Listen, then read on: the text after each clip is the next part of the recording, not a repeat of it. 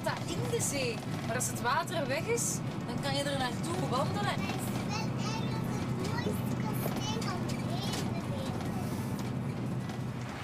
De Mont Saint-Michel. Ik ben er al eens geweest, maar enkel op de heuvel zelf. Nu ga ik er naartoe wandelen, over het Wat. Au revoir.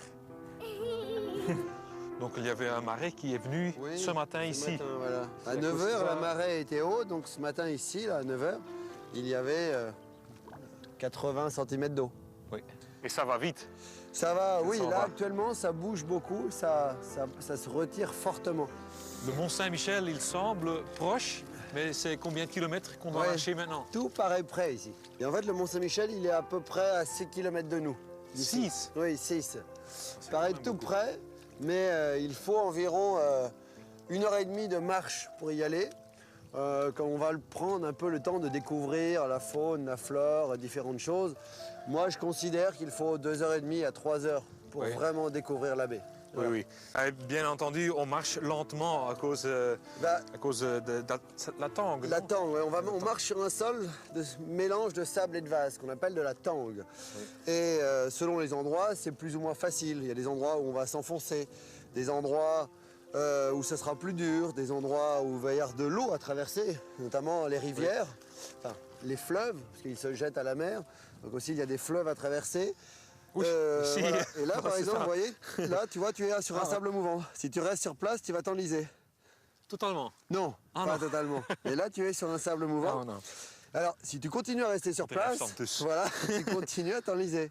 Ah Et oui. les sables mouvants, c'est pas de la légende. Donc c'est pour ça qu'il est préférable de prendre un guide, parce que Ah, voilà. on ne peut pas traverser les fleuves n'importe où, on ne peut pas passer n'importe où. Alors là, c'est un tout petit sable mouvant, donc Oui. tu risques pas grand-chose, parce que là, Mais- en fait, tu atteins la limite d'enlisement pour Ah, cet voilà. endroit-là. Maintenant, je sens que je suis Voilà. sur la limite. Sauf que ça pourrait être pire. C'est Voilà. pas facile pour sortir. Et alors, si je cherche à t'aider, qu'est-ce qui va se passer? Je vais m'enliser. Ah, Donc si c'est tu pour ça, m'aides, voilà. tu vas... C'est pour ça que dans la baie, il ne faut faire preuve d'aucune solidarité. C'est toujours Chacun pour soi. chacun pour soi. Voilà, exactement. Voilà, mets-toi en avant. Voilà.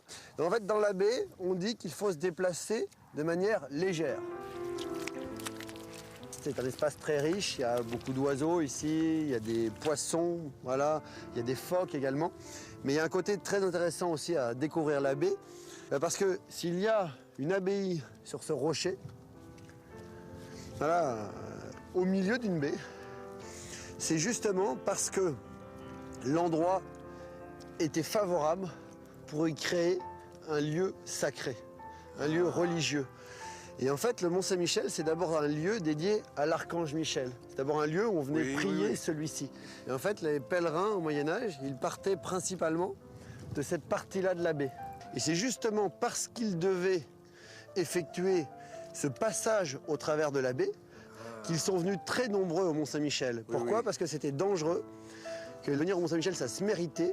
Ils y ça, allaient oui. au péril de la mer, au péril de leur vie. Et en fait, en traversant la baie, ils y voyaient toute une symbolique religieuse. C'est impressionnant, non? C'est l'abeille qui monte. Elle est protégée, l'abeille, en dessous? Oui, le Mont Saint-Michel est un site classé par l'UNESCO depuis 1979, je crois. Et la baie également est un site classé par l'UNESCO. Ok. Donc les deux sites sont, entre guillemets, protégés, l'espace naturel et l'espace historique. On aperçoit le Mont Saint-Michel sous sa face cachée. C'est un peu loin de la vision carte postale qu'on a du Mont Saint-Michel, comme l'imaginent plein de gens, avec la mer autour, le dauphin qui saute au pied de la digue. Là, on fait face à un bâtiment qu'on appelle la Merveille. C'est avec, sur la partie supérieure, le réfectoire des moines et le cloître. Combien d'années vous faites ce travail maintenant? Je suis guide dans la baie du Mont-Saint-Michel depuis 10 ans, mais je parcours la baie depuis 25 ans à Oui. peu près. Et c'est quoi qui est intéressant pour toi, pour le faire chaque jour? Ce qui est passionnant ici, c'est que ça change sans arrêt. L'évolution, elle est liée aux lumières, au temps, aux couleurs. Elle est liée au fait que ça soit parfois la mer, parfois le désert.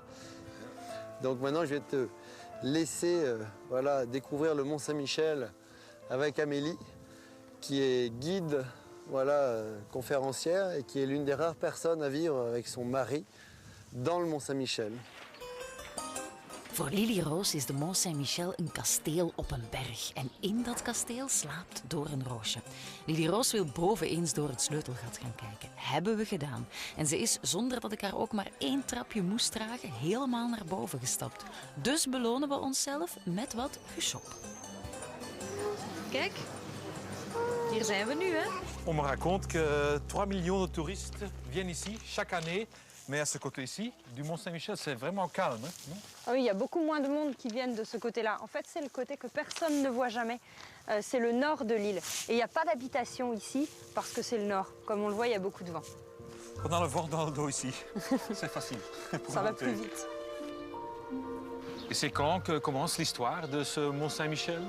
Alors, comme souvent au Moyen-Âge, tout commence avec une légende qui raconte que 3 nuits de suite, l'archange Michel apparaît à l'évêque Aubert, qui était l'évêque de la ville d'Avranches, et lui demande la construction ici d'un sanctuaire.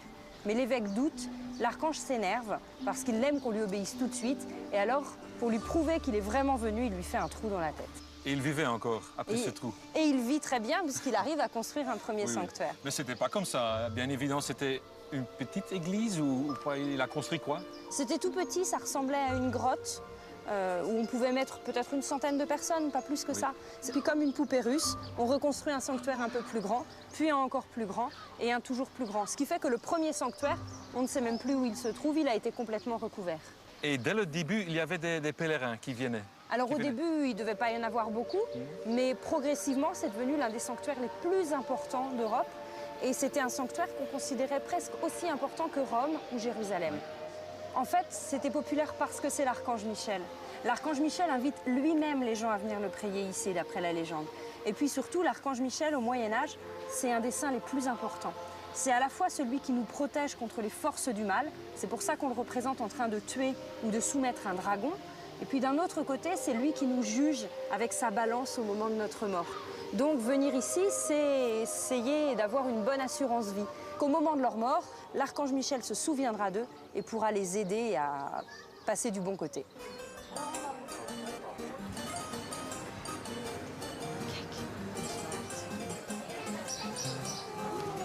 Daar staat het ook. Kijk, en daar kan je mee draaien. Pas op, niet laten vallen, hè.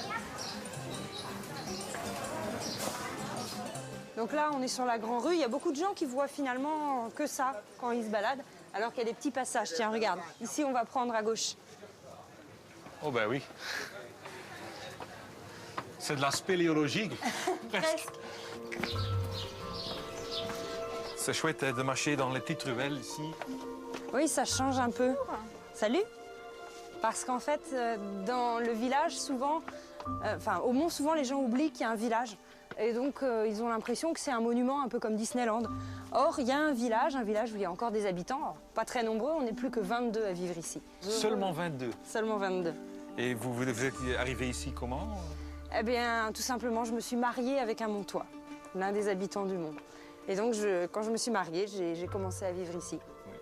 Je m'imagine c'est une merveille pour vivre ici, ce lieu idyllique. Mais en même temps, c'est une horreur, non? Avec les millions de touristes qui viennent chaque année.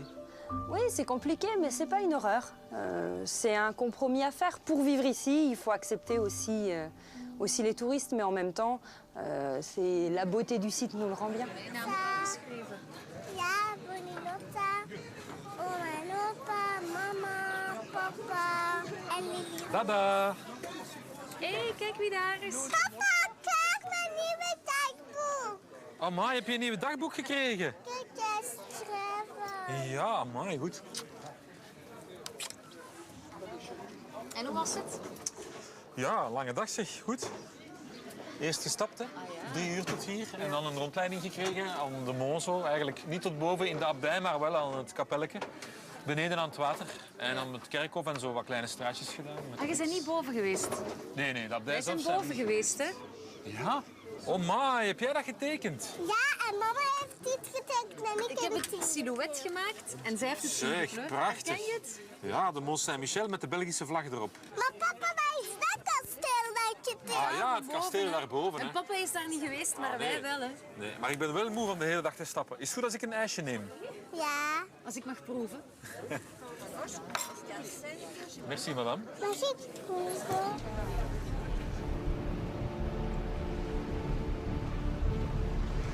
Wat een schouwspel. Dit is een van de sterkste springtijen van het Europese vasteland. Victor Hugo schreef het zo. De zee rukt hier op als een galopperend paard. Daarom verdronken de voorbije eeuwen nogal wat pelgrims wanneer ze de Mont Saint-Michel wilden verlaten.